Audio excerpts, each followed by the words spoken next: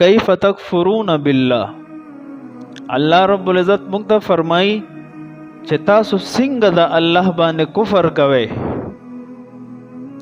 وکنتم امواتا، حالان کې تاسو حقیقت دا دی چې یو وخت کې تاسو نه وئ، مړه وئ مړه.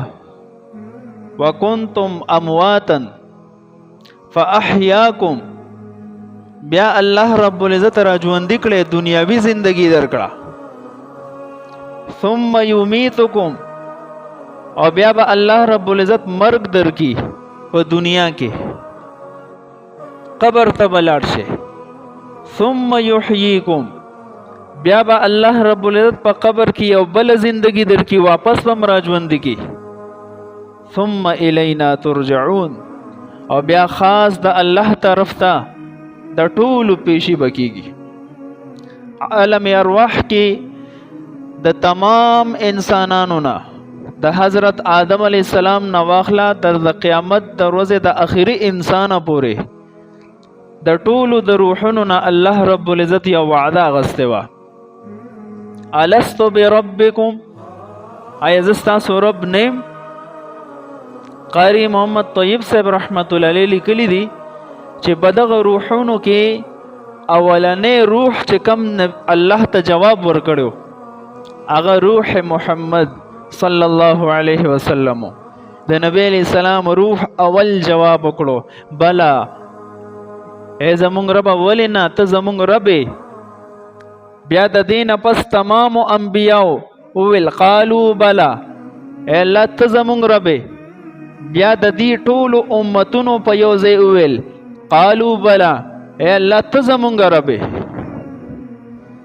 نو چې ته زمونږ رب، چې کله د دې نفس دنیا ته رالو نو پکار دا و چې زمونږ تندې هم الله ته په سجده پروت وي، غیر الله ته نه وي پروت. چې دنیا ته رالو مونږ هغه وعده ایره کړله او د دنیا په خواهشاتو سر شو، هغه وعده ایره شوه. نبی علیہ الصلوۃ والسلام او فرمایل اکثرو ذکر حازم اللذات، هغه مزی او چرشی او خوندونه لذتونه ختمون کی چیز زیات یادوي، یعنی الموت، مرگ زیات یادوي. مرگ داسې یو چیز دی چې د دنیا مزه چرشی لذتونه ختم کی، د دنیا تعلق ختم شي.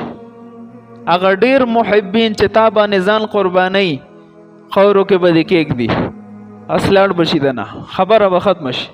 میاش پس پته ته هیر شي، ستا بچی با په خپلو مزو چرچو کې ښځه کو دې ځوانه وي، بل چاته به نکاح شي د عدت نه پس، ته به هیر شي. هلته به تا سره صرف ستا اعمال پاتې شي.